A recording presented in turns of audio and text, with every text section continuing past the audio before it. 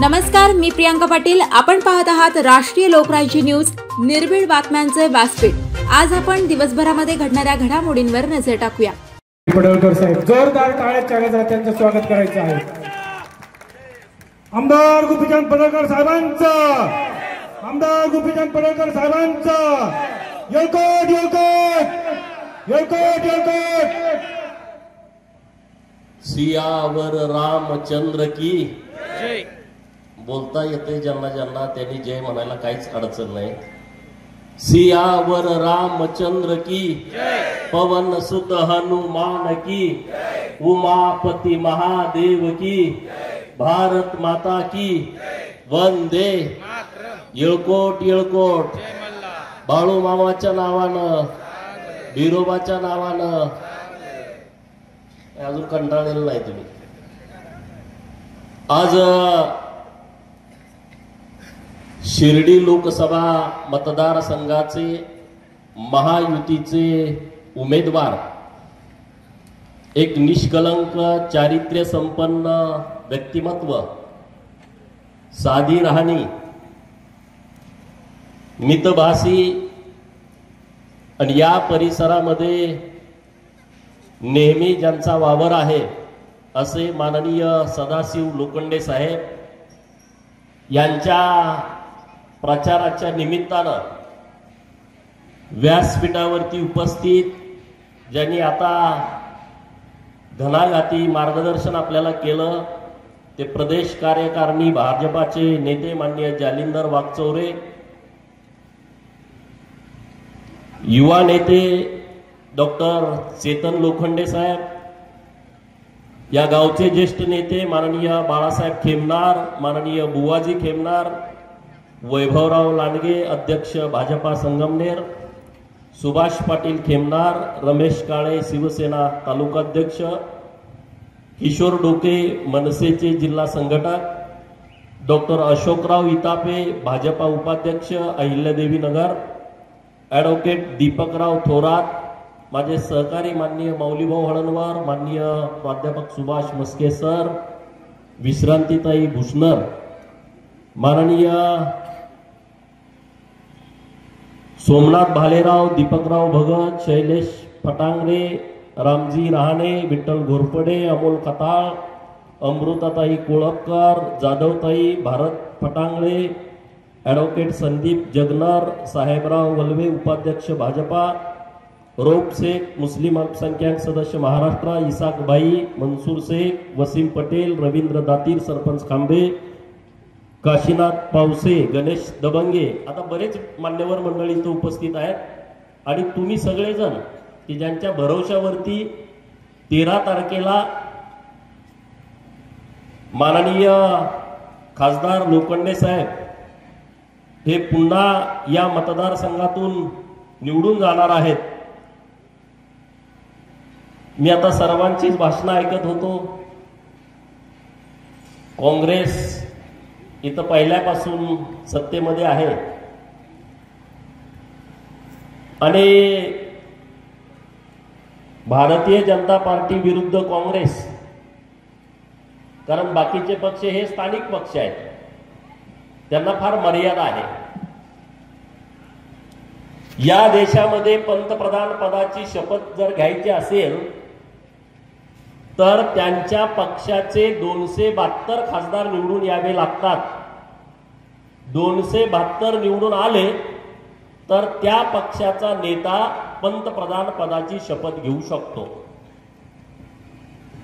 या इंडिया आघाडीतला सगळ्यात मोठा पक्ष आहे काँग्रेस.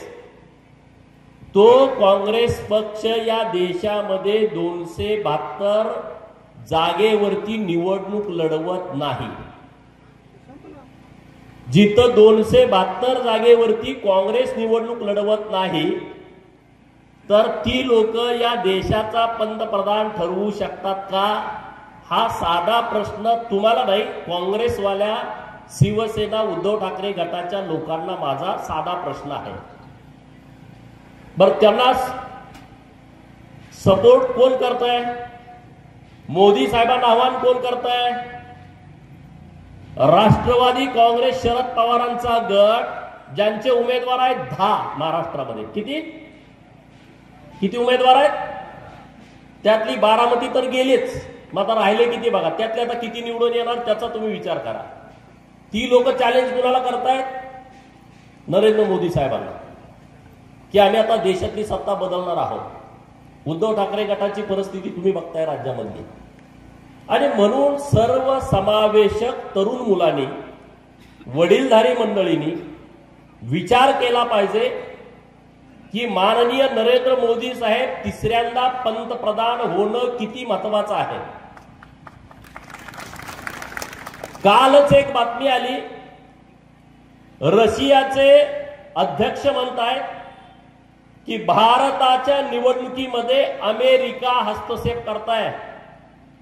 म्हणजे तुम्ही विचार करा, नरेंद्र मोदी साहेबांना काँग्रेस, राष्ट्रवादी पवार गट, उद्धव सेना, तिकडं अखिलेश यादवची पार्टी, तिकडं लालू प्रसादाचा मुलगा तेजस्वी यादव, ममता बॅनर्जी, स्टॅलिन, तिकडं तेलंगणावाले, दिल्लीचे केजरीवाल, तिकडं भागवत मान, पंजाबचे मुख्यमंत्री, नुसता यांचा विरोध नाही आहे. आपली जी शत्रू राष्ट्र आहेत, चीन, पाकिस्तान, या शत्रू राष्ट्रांना वाटतंय की नरेंद्र मोदी साहेब तिसऱ्यांदा भारताचे पंतप्रधान झाले नाही पाहिजेत. जर ते झाले तर भारत जगातली महासत्ता बनणार आहे, याची भीती त्या लोकांना लागून राहिली आहे. आणि मग जी लोक नरेंद्र मोदी साहेबांना विरोध करतायत त्यांना मला एक प्रश्न विचारायचा आहे, तुम्ही पाकिस्तानच्या बाजूचे आहात का चीनच्या बाजूचे आहात, हे तुम्ही गावातल्या लोकांना सांगितलं पाहिजे. इथलं जाऊ दे, यांच्या विरोधाचं फार महत्व नाहीये. कारण काँग्रेस पक्ष हा भारताच्या हिताचा कधीच विचार करू शकत नाही. कारण काँग्रेस पक्षाचा जन्म हा इंग्रजांच्या काळामध्ये इंग्रजांनी निर्माण केलेली पार्टी आहे 1885 साली. 1885 ला कुणाचं इथं राज्य होतं आपल्या देशामध्ये? कुणाचं होतं? इंग्रजांचं. पार्टी स्थापन केल्या इंग्रजांच्या काळात. जी पार्टी इंग्रजांच्या काळात स्थापन झालेली आहे, इंग्रजांच्या सल्ल्यावरून, इंग्रजांच्या सांगण्यावरून, ती पार्टी भारताच्या भविष्याचा चांगला विचार करू शकते का? करू शकते? भारतीय जनता पार्टीचा जन्म कधी झालाय? 1980 ला. शिवसेना जी बाळासाहेबांनी स्थापन केली तिचा जन्म कधी झालाय? 1966 ला. म्हणजे आता भारताच्या स्वातंत्र्यानंतर निर्माण झालेल्या पार्ट्या आहेत. आणि म्हणून काँग्रेसची कायम विचारधारा ही फक्त आणि फक्त घराणेशाहीला मजबूत करणं, घराणेशाहीला खतपाणी घालणं, त्यांना कारखाने देणं, सूतगिरण्या देणं, बँका देणं, दूध संघाची सत्ता देणं आणि त्यांच्या माध्यमातून गोरगरीब शेतकऱ्यांना पिळवणूक करणं. आता सांगा, आमचे नेते देवेंद्र फडणवीस साहेब आहेत, त्यांच्या साखर कारखान्याचं नाव तुम्ही ऐकलं का? त्यांची काही सूतगिरणी आहे म्हणून तुम्ही कधी ऐकलं? चंद्रकांत दादा आमच्या पार्टीचे नेते आहेत, त्यांचा कारखाना आहे, कुठं तुम्ही ऐकलं? जे मूळ भाजपची लोक आहेत, या लोकांना फक्त आणि फक्त देशाचं पडलेलं आहे. आता एकनाथ शिंदे साहेब राज्याचे मुख्यमंत्री आहेत, हाय का कारखाना? तुमच्या कानावर आला, माझ्या तरी कानावर नाही कुठला कारखाना त्यांचा. कुठली सूतगिरणी, कुठली बँक त्यांच्याकडे आहे हे माझ्या कानावरती नाही. आणि काँग्रेसचा एखादा छोटा पुढारी जरी घेतला तर ते किमान तालुक्याची तर कुठली तरी बँक त्याच्या ताब्यात पाहिजे, नाही तर त्याला झोप लागत नाही. त्याला लोकांना पिळवणूक करू वाटते नेहमी. ऊस तुझा नेणार नाही, बाहेरनं 10 महिन्याचे ऊस असणार, तुमचा 18 महिन्याचा नेणार नाही, पिळवणूक करणार.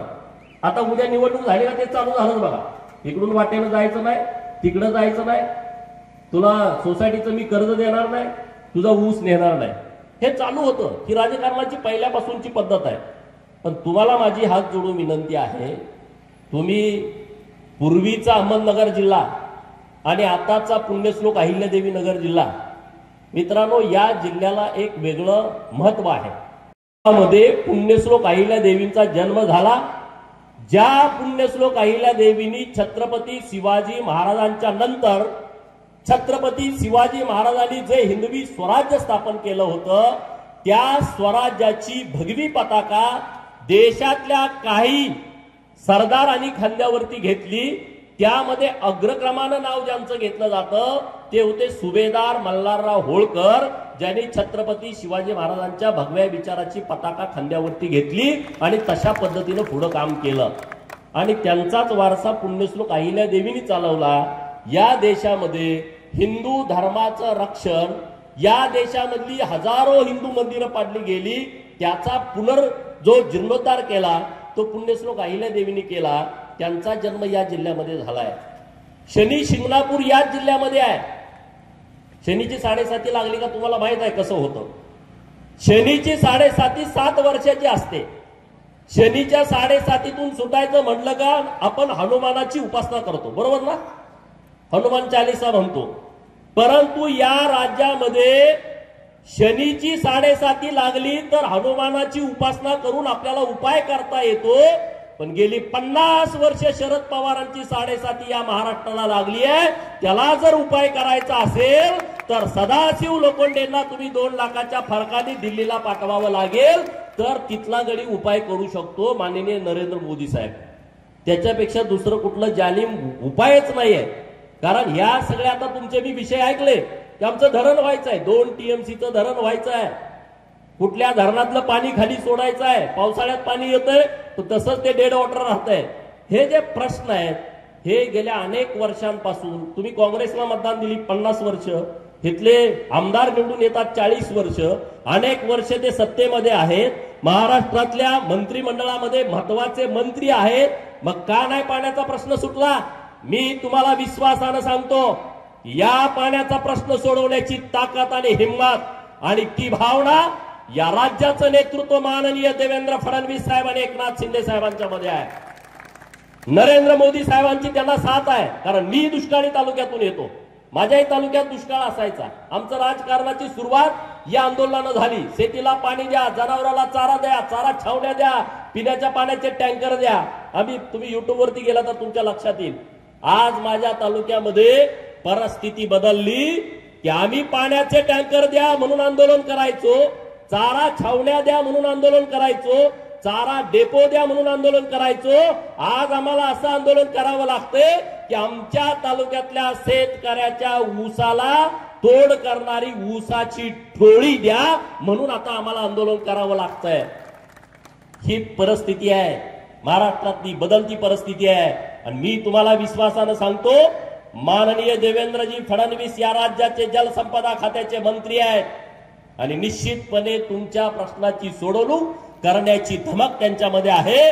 माननीय सदाशिव लोखंडे साहेब शिर्डी मतदारसंघातून आणि अहिल्यानगर मतदारसंघातून डॉक्टर सुजय विखे पाटील साहेबांना तुम्ही दिल्लीला पाठवा मित्रांनो. हे प्रश्न निकाली निघणार आहे. या महाराष्ट्रातल्या अनेक दुष्काळी तालुक्यातला जो दुष्काळाचा कलंक आहे ती पुसण्याची क्षमता ही महायुतीच्या सरकारमध्ये आहे. नुसती क्षमता असून चालत नाही, ती भावना पण असावी लागते आणि ती भावना आपल्या या नेतृत्वांच्या मध्ये आहे.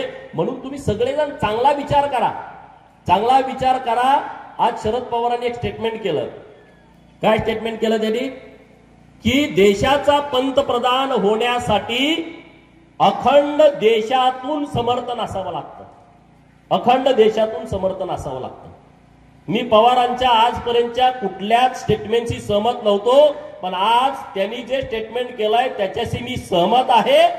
त्यांना कळालं की 3.5 जिल्ह्यातून नेतृत्व करून पंतप्रधान होता येत नाही, देशातल्या सगळ्या लोकांनी त्यांना स्वीकारावं लागतं. आज त्यांनी कबुली दिली आहे, मान्य केलंय आणि देशातल्या सगळ्या लोकांनी नरेंद्र मोदी साहेबांच्या पाठीशी ठामपणे उभं राहायचं ठरवलंय. देशामध्ये सगळ्यात मोठं राज्य कुठलं आहे? उत्तर प्रदेश, बरोबर? उत्तर प्रदेशमध्ये किमान 72च्या वर जागा ह्या भारतीय जनता पार्टीच्या निवडून लोकसभेमध्ये जात आहेत. 72 जागा. आणि जो काँग्रेस माननीय नरेंद्र मोदी साहेबांना चॅलेंज देतोय, माग उत्तर प्रदेशची निवडणूक झाली, 404 विधानसभा सदस्य उत्तर प्रदेशच्या विधानसभेमध्ये आहेत. जसं आपल्या इथं 288 आहेत तसं तिथं 404 विधानसभेचे सदस्य आहेत. त्यापैकी काँग्रेसचे उमेदवार निवडून किती आलेत? 404 पैकी दोन उमेदवार निवडून आलेत. खासदार व्हायला खासदारकीच्या मतदारसंघामध्ये 6 उमेदवार असतात, बरोबर ना? 6 उमेदवार आपले आमदार असतात. तिथं अख्ख्या राज्यात 2 निवडून आलेत आणि ती लोक इकडं काका पुढं होते महाराष्ट्रामध्ये. आम्ही असं करू, आम्ही तसं करू. यांच्या नादाला लागू नका. यांच्यातून काही आउटपुट निघणार नाही. यांच्याकडे कुठलं व्हिजन नाही, यांच्याकडे कुठली प्रामाणिकता नाही. आणि महाराष्ट्रामध्ये अनेक वर्ष यांच्याकडे सत्ता असताना सुद्धा यांनी महाराष्ट्रातल्या गोरगरीब लोकांच्यासाठी काहीच केलेलं नाही. आणि त्यामुळं तुम्ही विचार करा. आता मला अगोदर जे प्रस्तावना केली त्यांनी सांगितलं की इथं घरकुल आमच्या लोकांना मिळत नाही. त्या सगळ्या लोकांना मी आवाहन करतो, माननीय पंतप्रधान यांच्याकडून प्रधानमंत्री घरकुल आवास योजना ही सुरू आहे. पण राज्य सरकारनं आपल्या एक पाऊल पुढे टाकला की पंतप्रधान आवास घरकुल योजनेमधून काही लोकांना लाभ मिळतोय आणि अनेक लोक अशी आहेत की त्यांना घरकुल मिळत नाही. आणि म्हणून आपल्या राज्य सरकारनं या महाराष्ट्रातल्या ओबीसी समाजासाठी 12 लाख घरकुलं देण्याचा निर्णय घेतलेला आहे. त्यातली 4 लाख घरं या वर्षी द्यायची आहेत. किती लाख घरं? 4 लाख घरं या वर्षी द्यायची आहेत. गावातला सुतार, लोहार, कुंभार, नाभिक या सगळ्या लोकांना जाऊन भेटा. बंजारी समाज असेल, माळी समाज असेल, तेली समाज असेल, ह्या सगळ्या लोकांना जाऊन भेटा आणि त्यांना सांगा की तुम्ही अर्ज भरून घ्या. तुम्हाला 10 जूनला आपलं अधिवेशन सुरू होत आहे. या अधिवेशनामध्ये 4 लाख घराचे पैसे हे त्यांच्या खात्यावरती वर्ग केले जाणार आहेत. एकही माणूस घरकुला विना राहता कामा नये. ही जबाबदारी आपली आहे. कुणी अर्ज भरून घेताना हे सगळं काढून टाका. ऑनलाईन सगळे अर्ज भरायचे आहेत. ग्रामसेवकाकडे जावा आणि ज्यांच्या कुणाकडे सत्ता असेल, अरे हे पुण्याचं काम आहे. ज्यांना घर नाही त्याला घर दिलं पाहिजे. ह्याच्यापेक्षा पुण्य दुसरं असू शकतं काय? ज्यांना घर नाही त्याला घर, ज्याला घराला जागा नाही त्याला 50,000 रुपये जागा घेण्यासाठी सरकार देतंय. मी व्यासपीठावरच्या सगळ्या नेते मंडळींना विनंती करतो, गावातल्या अशा लोकांची लिस्ट काढा की ज्यांना घरासाठी जागा नाही. 40, 50, 60, 70, 100 आणि त्यांच्यासाठी एकत्रित प्रस्ताव द्या. 50,000 रुपये प्रत्येक लाभार्थीला. गुणुले तेवढी लोक करा. 1 2 एकर जागा एका ठिकाणी घ्या आणि तिथं सगळ्या लोकांची घरकुलं बांधून टाका. तसा प्रयत्न तुम्ही सगळेजण करा. याच्या पुढे जाऊन एक निर्णय घेतला, भटक्या युवकांना 50,000 घरं. या गावातनं त्या गावात, त्या गावातनं दुसऱ्या गावात जाणारी जी लोक आहेत त्यांच्यासाठी राज्य सरकारनं 50,000 घरं बांधून देण्याचा निर्णय घेतलाय. त्याला सुद्धा पैसे जून मध्ये देणार आहेत. आणि धनगर समाजाला 25,000 घरं द्यायची आहेत. गावात असा कोणी गरीब माणूस असेल मेंढपाळ तर त्याचा अर्ज तुम्ही भरून घ्या. तुम्हाला जून मध्ये सगळ्या लोकांना पैसे मिळतील. अशी योजना तुम्ही कधी ऐकली होती का? गावात घरं आली तर 4, 5, 10 यायची. सरपंच जवळच माणसांना द्यायचा.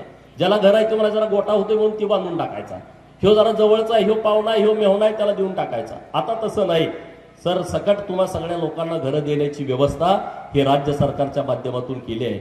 आणि म्हणून नरेंद्र मोदी साहेब आणि इथं एकनाथ शिंदे साहेब, देवेंद्र फडणवीस साहेब हे सगळे महायुतीतली सगळी लोक हे चांगल्या पद्धतीनं काम करतायत, चांगल्या पद्धतीनं सरकार चालवतायत. त्यासाठी तुम्ही सगळेजण ताकदीनं उभा राहावा.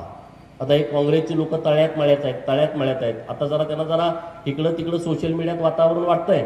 आता राधाकृष्ण विखे पाटील साहेब इथं नेतृत्व करतात. आपल्या जिल्ह्यामध्ये महसूल मंत्री आहेत, पशुसंवर्धन खात्याचे मंत्री आहेत, दुग्ध विकास खात्याचे मंत्री आहेत. दुधाचे भाव पडले, 5 रुपये थेट अनुदान देण्याचा निर्णय माननीय राधाकृष्ण विखे पाटील साहेबांनी मुख्यमंत्री उपमुख्यमंत्र्यांच्या माध्यमातून घेतला. काही लोकांना अनुदान आलंय, काही लोकांना आलं नसेल त्यांना सुद्धा जून महिन्यामध्ये अनुदान येईल. हा मोठा निर्णय आहे. कारण दुधाचे भाव जागतिक लेवलला ठरतात आणि त्यामुळं माझा शेतकरी अडचणीत येता कामा नये. त्यासाठी दुग्ध विकास खात्याने निर्णय घेतला. पशुसंवर्धन खातं त्यांच्याकडे आहे.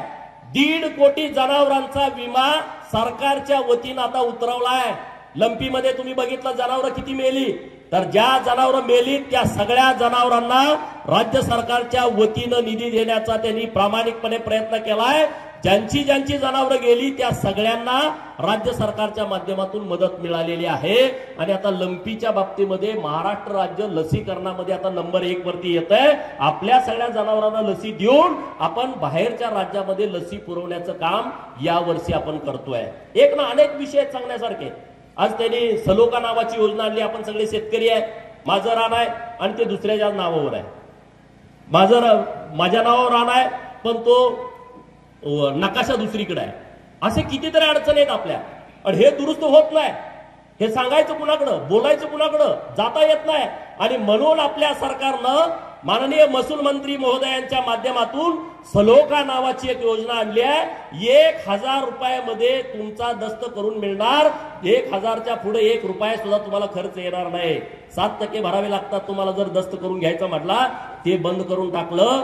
सलोका नावाची योजना आणली। असं जर कुणाचं शेतकऱ्याच्या चुकीच्या पद्धतीनं नोंदी झाल्या असतील, नकाशामध्ये काही फेरफार झाला असेल तर 1000 रुपये नोंदणी फी भरायची आणि तुमची सगळी कागदपत्र दुरुस्त करून घ्यायची।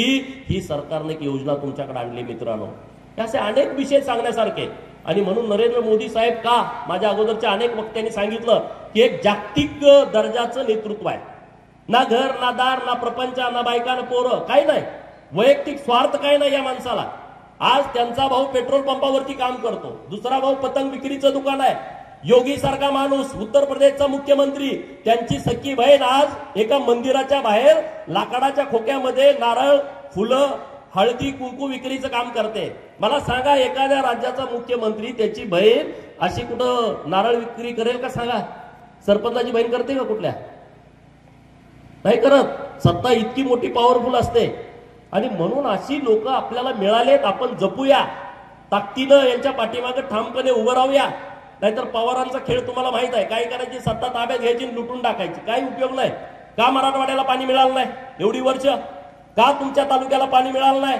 अरे आमचा जत तालुका पाणीच मिळालं नाही। आता 2000 कोटी रुपये सरकारनं दिले आणि टेंडर झाली। माझ्या जिल्ह्यातला एक तालुका आहे जत तालुका, 65 गावाला पिण्याचं पाणी कर्नाटकात जातो म्हणजे 2000 कोटी रुपये एका वेळेस दिले सरकारनं आणि आता काम चालू आहे तिथं मित्रांनो। आज मी तुम्हाला विश्वासानं सांगतो, माननीय देवेंद्रजींच्या संकल्पनेतून समुद्रात जाणारं पाणी, वाहून जाणारं पाणी सगळं उचलून आता मराठवाड्याला दिलं जाणार आहे। एक थेंब सुद्धा पाण्याचा समुद्राकडे जाऊ दिला जाणार नाही। सगळ्या लोकांची रानं पूर्णपणे ओलीता खाली आल्याशिवाय आता पुढच्या काळामध्ये राहणार नाहीत, अशी व्यवस्था राज्य सरकार आणि केंद्र सरकारच्या माध्यमातून होत आहे।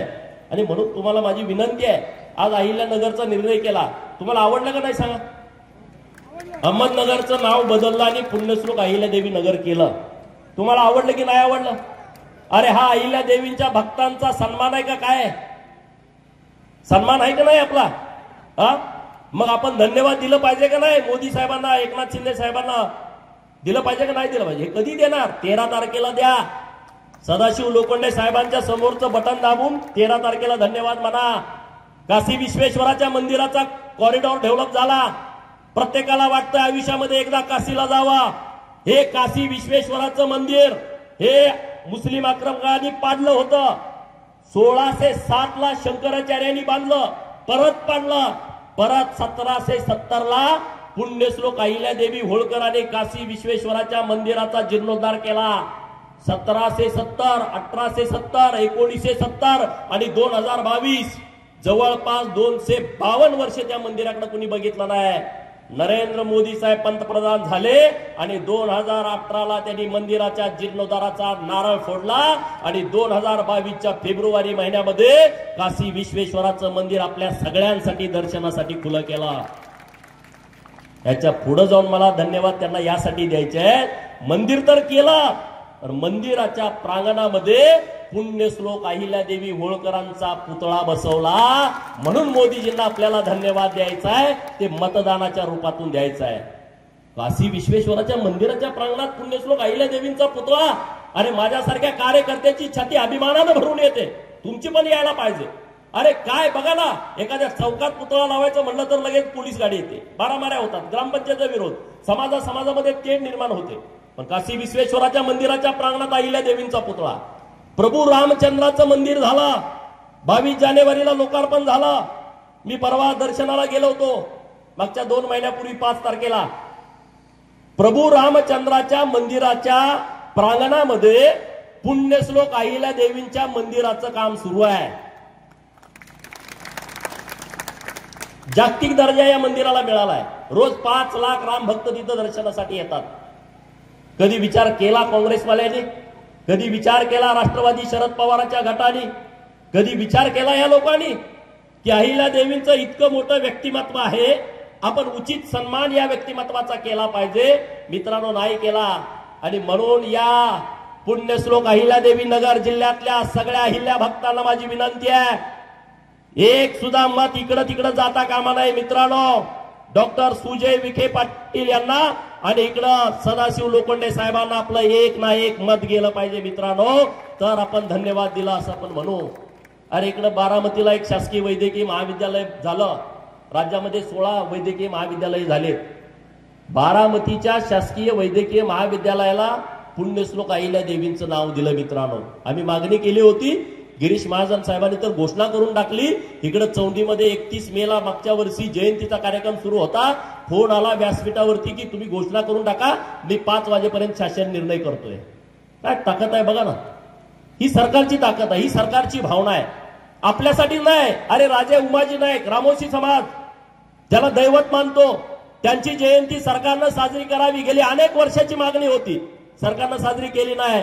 आपल्या सरकारनं निर्णय केला आणि राजे उमाजी नाईक जे इंग्रजांच्या विरोधामध्ये लढले, त्यांची जयंती आता सरकारच्या माध्यमातून सुरू आहे. लिंगायत समाज या महाराष्ट्रामध्ये इतक्या मोठ्या संख्येनं आहे. लिंगायत समाजाला कधी न्याय मिळाला नाही. आता त्यांना श्री महात्मा बसवेश्वर यांच्या नावानं आर्थिक विकास महामंडळ स्थापन केलं आणि लिंगायत समाजाला न्याय दिला. रामोशी समाजाला राजे उमाजी नाईक आर्थिक विकास महामंडळ स्थापन केलं. रामोशी समाजाला न्याय देण्याचा राज्य सरकारनं प्रयत्न केला. वडार समाजाच्यासाठी पैलवान मारुती चव्हाण यांच्या नावानं महामंडळ चालू केलं. गुरव समाज, गावातला छोटा समाज आहे गुरव समाज, त्यांच्यासाठी सुद्धा राज्य सरकारनं महामंडळ स्थापन केलं मित्रांनो. एक ना अनेक विषय तुम्हाला सांगण्यासारखे आहेत. आणि मग परत म्हणायचं भाजप असं आहे, भाजप तसं आहे, भाजप संविधानाच्या विरोधात आहे. अशी जी पिल्ल सोडतात ना लोक, या लोकांच्या पासून आपण सावध राहिलं पाहिजे.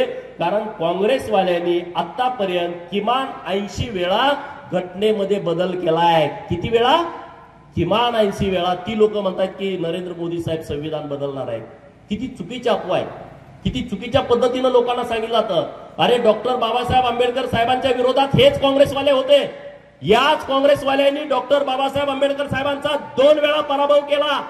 त्यांचा पीए त्यांना डॉक्टर बाबासाहेबांच्या विरोधात उभा केला. 14,000 मतांनी त्यांचा पराभव केला. एका निवडणुकीमध्ये पंडित जवाहरलाल नेहरूंनी सांगितलं होतं की मी डॉक्टर बाबासाहेबांच्या विरोधामध्ये प्रचाराला येणार नाही, असं म्हणून 2 वेळा त्यांच्या विरोधात सभा घेतल्या. ही लोक आज या सगळ्या गोष्टी बोलत असतील आणि लोक त्या गोष्टीला भुलत असतील, तर मित्रांनो आपण सगळ्या लोकांनी विचार करण्याची गरज आहे. जर तुम्ही विचार नाही केला तर त्याचा काही उपयोग होणार नाही. आपल्याला जे नेतृत्व मिळालंय असं नेतृत्व जपणं ही आपली जबाबदारी आहे, आपलं कर्तव्य आहे. आणि त्यामुळं मला विश्वास आहे की संगमनेर तालुक्यातून जास्तीत जास्त लीड हे माननीय सदाशिव लोखंडे साहेबांना मिळाल्याशिवाय राहणार नाही. सगळ्या लोकांच्या आता पूर्णपणे लक्षात आलेलं आहे. अरे किसान सन्मान निधी डायरेक्ट खात्यावरती येतो. तुम्ही कुणाला जाऊन भेटला? तलाट्याला भेटला का, सर्कलला भेटला का, कुठल्या पुढाऱ्याला भेटला, माझा फॉर्म भरून घ्या म्हणला? काही नाही.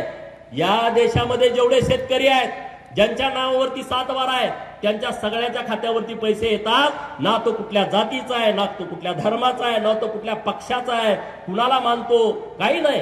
तो माझ्या देशातला शेतकरी आहे, तर त्या सगळ्यांना न्याय मिळाला पाहिजे. या धोरणावरती नरेंद्र मोदी साहेबांनी हे योजना सुरू केली आहे. हे पैसे कुठून येत आहेत? तुमच्या खात्यावरती 2,000 येत आहेत, ते कुठे येत आहेत याचाही आपल्याला माहिती असायला पाहिजे. माननीय नरेंद्र मोदी साहेबांनी काही संकल्पना राबवल्या त्यांच्या सरकारने. ऊसाच्या शेतकऱ्याला भाव मिळत नाही, मग काय केलं पाहिजे? तर ऊसापासून इथेनॉल केलं पाहिजे. ही संकल्पना केंद्र सरकारनं आणली. इथेनॉल काय करायचं? तर इथेनॉल पेट्रोलमध्ये मिक्स करायचं.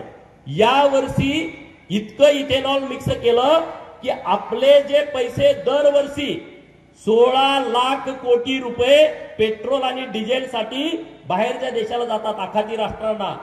या वर्षी इथेनॉल पेट्रोलमध्ये मिक्स करण्याचा निर्णय घेतल्यामुळं आपल्या देशाचे 44,000 कोटी रुपये वाचले. किती? आखाती राष्ट्रामध्ये जाणारे 44,000 कोटी रुपये वाचले. ते 44,000 कोटी रुपये तुमच्या खात्यावरती टाकलेले आहेत. पुढे ते वाढत जाणार आहेत. केंद्र सरकारचं धोरण आहे 2 लाख कोटी रुपये आपल्याला दरवर्षी हे इथेनॉल मधून बाहेरच्या देशात जाणारे वाचवायचे आहेत. 2 लाख कोटी रुपये. आज आपली अर्थव्यवस्था 5 नंबरला आहे. नरेंद्र मोदी साहेबांचं स्वप्न काय आहे की मला तुम्ही यावेळेस सत्ता द्या तिसऱ्यांदा. ही 5 नंबरची अर्थव्यवस्था जी नरेंद्र मोदी साहेब पंतप्रधान होण्यापूर्वी 11 नंबरला होती ती आता 5 नंबरला आली आहे. जर तुम्ही तिसऱ्यांदा संधी दिली तर आपल्या देशाची अर्थव्यवस्था जागतिक लेवलला 3 नंबरला आणण्याचं स्वप्न माननीय नरेंद्र मोदी साहेबांचं आहे. 3 नंबरला. रस्त्याच्या बाबतीमध्ये आपण आता जगामध्ये 4 नंबरचे आहोत. रस्त्याच्या बाबतीमध्ये एवढं मोठं जाळं तयार झालं. एक रस्ता मागाय गेला तर सरपंचांना विचारा 5-5 वेळा हेलपाटे घालायला लागायचे पूर्वी आमदारांच्याकडे खासदारांच्याकडे. आता परिस्थिती बदलली. केंद्र सरकारनं सगळे निर्णय केले, भूमिका बदलली आणि त्यामुळं आज देशामध्ये राष्ट्रीय महामार्ग राज्य महामार्गांचं जाळं तयार केलं आहे. आणि ज्या देशामध्ये रस्ते चांगले असतात त्या देशामध्येच विकास मोठ्या प्रमाणात होऊ शकतो. आणि तशा पद्धतीनं आता भारताची वाटचाल सुरू आहे.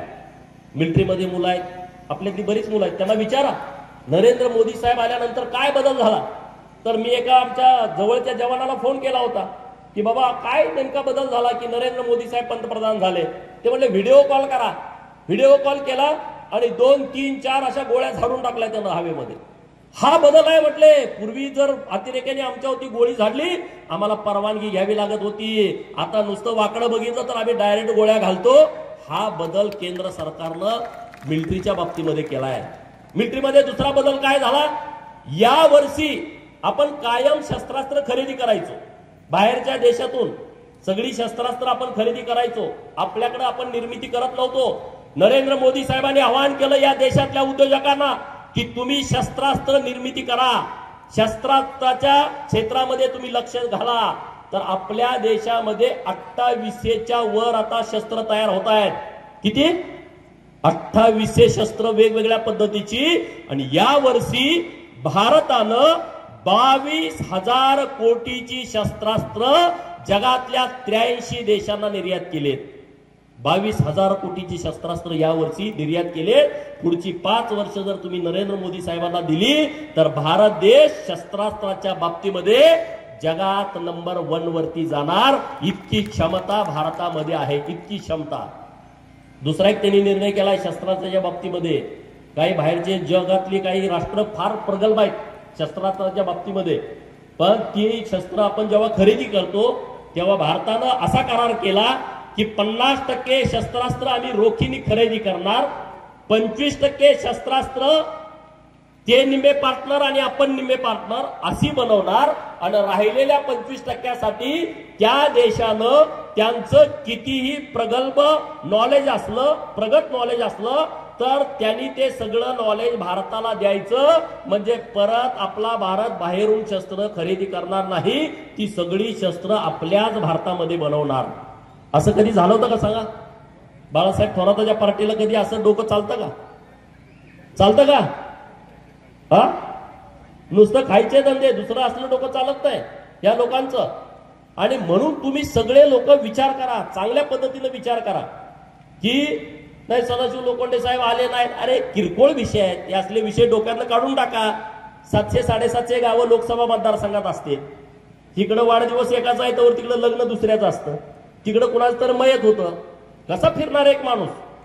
आपल्या देशामध्ये लोकसभा मतदारसंघ इतके मोठे आहेत, 20 लाखाच्या वर मतदार आहेत, 700-750च्या वर गावं असतात, 2000च्या वर बूथ असतात. शक्य होत नाही आमदाराला आमदारकीच्या मतदारसंघात फिरता येत नाही. हे किरकोळ कारण सोडून टाकावं. माझ्याकडे बघितलं नाही, माझ्याकडे बोलले नाही, माझ्याकडे हसले नाहीत, माझ्या गावात आले नाहीत, हे सगळं डोक्यातनं काढून टाका. राष्ट्रीयत्वाचा विचार करा. नाहीतर आता तो आमदार कोण उमेदवार आला गावात येऊन काय करणार आहे? सत्ता भारतीय जनता पार्टीची, नेतृत्व भारतीय जनता पार्टीचं, आणि मग हा माणूस येऊन तुमच्याकडे काय करणार आहे? आणि म्हणून असे किरकोळ विषय तुम्ही डोक्यातनं बाजूला काढा आणि माननीय मोदी साहेबांच्या पाठीमागे ठामपणे उभं राहा. देवेंद्र फडणवीस साहेबांच्या पाठीमागे थांबलो. आता तुम्ही दुष्काळी पट्ट्यात आहे. पूर्वी सरकारकडून आपल्याला विहीर मिळायची रोजगार हमी योजनेतून, त्याला 3 लाख रुपये मिळायचे. आपल्या सरकारनं 4 लाख रुपये केले, माहित आहे ना तुम्हाला. 4 लाख रुपये केले आणि 500 मीटरची जी अट्ट होती, या विहिरीपासून दुसरी विहीर 500 मीटर वरती असायला पाहिजे, ती अट्ट काढून टाकली. तुम्ही आता डायरेक्ट सगळे जर अर्ज करू शकता. आता तुम्ही ऊस सगळे उत्पादक करणारे शेतकरी आहात, बरोबर ना. ऊस येतो तुमच्याकडं. तुम्हाला माझी विनंती आहे की आता केंद्र सरकार आणि राज्य सरकारनं बांबू शेतीच्यासाठी एक कार्यक्रम आणलाय. 1 हेक्टर जर तुम्ही बांबू लावला तर सरकार तुम्हाला 7.5 लाख रुपये अनुदान देत आहे आणि एक शेतकऱ्याला 2 हेक्टर लावायची मुभा आहे. किती? 2 हेक्टर. 5 एकर जर तुम्ही बांबू लावला तर सरकार तुम्हाला थेट अनुदान 14 लाख रुपये देत आहे. जर 14 लाख रुपये तुम्हाला थेट अनुदान मिळालं आणि बांबूचे पैसे आणि वेगळे येणार आहेत. नवीन नवीन आपण काहीतरी पद्धत राबवली पाहिजे. पूर्वी तुमच्याकडे टोमॅटो व्हायचं, आता मला खेमनार साहेबांनी सांगितलं टोमॅटो इथून अखंड देशभर जायचं. आता परिस्थिती बदलली. परत डाळिंब आलं, डाळिंबमध्ये रोग आले, तेल्या आला, बिब्या आला, त्याच्यावरती उपचार नाही, डाळिंबाच्या बागाच्या बागा उद्ध्वस्त झाल्या. मग आता ऊस आला. अरे ऊसात काही परवडतंय? ऊसात परवडत नाही. 12 महिने 16 महिने 18 महिन्यानं ऊस गेल्यानंतर आपल्या शेतकऱ्याला काय परवडणार? तर नवीन नवीन प्रयोग आपण सगळ्या शेतकऱ्यांनी केलं पाहिजे. केंद्र सरकार तसे प्रयोग करणाऱ्या लोकांच्या पाठीशी ठामपणे उभं राहत आहे. केंद्र सरकारनं काय बदल केला सांगा. आपल्या मला वाटतंय अकोला तालुक्यातल्या आपल्या पोपळेताई, त्यांना पद्मश्री पुरस्कार मिळाला. राईबाई पोपळेताई ना, आपल्या बाजूलाच आहेत त्या. पहिलं कुणाला मिळायचं? बाळासाहेब थोरातांची पार्टी कुणाला द्यायचं पद्मश्री? हिरोईन. 2 लाखाचा गॉगल, 4 लाखाची पर्स, पायात उंची उंची सँडल, अशा बायकांना मिळायचे पद्मश्री पद्मविभूषण. माननीय नरेंद्र मोदी साहेब या देशाचे पंतप्रधान झाले तर त्यांनी अकोला गावातल्या माझ्या ताईला शोधून दिल्लीमध्ये त्यांचा नेऊन सन्मान केला. ही भारतीय जनता पार्टीची पॉलिसी आहे. ही केंद्र सरकारचं धोरण आहे. हे केंद्र सरकार अशा पद्धतीने काम करत आहे. हे नुसत्या उंची लोकांना तिथं न्यायचं आणि त्यांना कुठले तर पुरस्कार द्यायचे असले उद्योग करत नाही. ही लिस्ट आहे देशातली. तुम्ही सगळे पद्मश्री पद्मविभूषण भारतरत्न हे सगळे पुरस्कार बघा. हे सगळे पुरस्कार अशा लोकांना केंद्र सरकारच्या माध्यमातून शोधून ज्यांनी खरंच मोठं काम केलंय, ज्यांच्या कामानं मोठं परिवर्तन झालंय, ज्यांच्या कामामुळे समाजाच्या पुढे एक आदर्श निर्माण झालाय, असे सगळे पुरस्कार आता माननीय मोदी साहेबांच्या नेतृत्वाखाली मिळत आहेत. मित्रांनो, मोदी साहेब तिसऱ्यांदा 1,00,000% पंतप्रधान होणार आहे. पण ज्या दिवशी पंतप्रधानाची शपथ घेतील तिथं आपला सदाशिव लोखंडे साहेब बोट वर करण्यासाठी उभा पाहिजे. तर तुम्हाला अभिमान मिळेल मित्रांनो, तुम्हाला स्वाभिमान वाटेल. अरे आमचा माणूस पण तिथं आहे. सुजय विखे पाटील साहेब तिथं आहेत. 2 खासदार तुम्ही इथून पाठवून द्या. राहिलेली सगळी कामं निश्चितपणे येत्या 5 वर्षामध्ये होतील. आणि खेमनार साहेबांनी इथले काही विषय सांगितले ना जलसंपदा खात्याच्या विषयातले, तर माननीय खासदार लोखंडे साहेब, मी स्वतः, राधाकृष्ण विखे पाटील साहेब, आम्ही सगळे जाऊन देवेंद्र फडणवीस साहेबांना भेटू आणि पाणी उपलब्ध आहे का, कशा पद्धतीनं पुढे जायचं, तर हे सगळे प्रश्न आपण निकाली काढून घेऊ. त्याच्याबद्दल तुम्ही अजिबात चिंता करू नका, अजिबात काळजी करू नका. कारण सरकारला हा पूर्णपणे दुष्काळाचा विषय संपून टाकायचा आहे, ठेवायचा नाही विषय. आणि त्यामुळं महाराष्ट्रातला कुठलाही जिल्हा पाण्यापासून वंचित आहे असं होणार नाही. आणि म्हणून तुम्हा सगळ्यांना माझी विनंती आहे की तुम्ही ताकदीनं 13 तारखेला मोदी साहेबांच्या बरोबर राहावा. एकमेकातले हेवेदावे विसरून टाका. इथले काही किरकोळ विषय आहेत ते तुम्ही निश्चितपणे आम्ही सांगा, त्यांच्यावर आपण नक्की कारवाई करू. जे काँग्रेसवाली लोक सत्तेचा गैरवापर करतात, काही भानगडी करतात, तो विषय वेगळा. पण त्याही लोकांना समजावून सांगा की मोदी साहेबांच्याकडे अजेंडा आहे, मोदी साहेबांच्याकडे मुद्दे आहेत, मुद्द्यावरती काम करण्याची त्यांची भावना आहे, ताकद आहे. आणि देशातला सगळा माहोल हा मोदी साहेबांच्या बाजूला आहे. त्यामुळं इथं कुठंतरी मतदान बाद करण्यात काही अर्थ नाही. हे तुम्ही त्या सगळ्या लोकांना समजावून सांगा व्यवस्थितपणे. आणि त्या लोकांना सुद्धा आपल्या बरोबर घ्या. आणि सदाशिव लोखंडे साहेब, आता माझं त्यांचं चांगली दोस्ती आहे, आम्ही नेहमी भेटतो. तर हा माणूस प्रत्येक वेळेस तुमच्या मतदारसंघाच्या विकासाचा विचार करतो. आता शिर्डीसारखं इतकं मोठं प्रसिद्ध आपलं मंदिर आहे, अख्ख्या देशातील लोक इथं येत आहेत. तर ही सगळी परिस्थिती पूर्णपणे बदलवण्यामध्ये ते नेहमी अग्रेसर आहेत. आणि त्यामुळं परत एकदा त्यांना आपण खासदार म्हणून दिल्लीला पाठवू आणि आपली राहिलेली स्वप्न, आपली राहिलेली कामं हे माननीय नरेंद्र मोदी साहेबांच्या नेतृत्वामध्ये पूर्ण करून घेऊ. ती पूर्ण निश्चितपणे होणारच आहेत. महाराष्ट्रातून जास्तीत जास्त सीटा निवडून जाणार आहेत. हे 4थ्या टप्प्यातलं मतदान आहे आणि परत 5वा टप्पा एकच आपल्याकडे शिल्लक राहतोय 20 तारखेचा. तर या 4थ्या टप्प्यामध्ये हे आपले दोन्ही उमेदवार निवडून कसे जातील यासाठी तुम्ही सगळेजण मतदान करा, एवढीच कळकळीची विनंती करतो आणि थांबतो. जय हिंद, जय महाराष्ट्र, जय भारत. ताज्या बातम्यांसाठी आणि अपडेट्ससाठी राष्ट्रीय लोकराज्य न्यूज चॅनलला सबस्क्राईब करा, तसेच लाईक आणि शेअरही करा.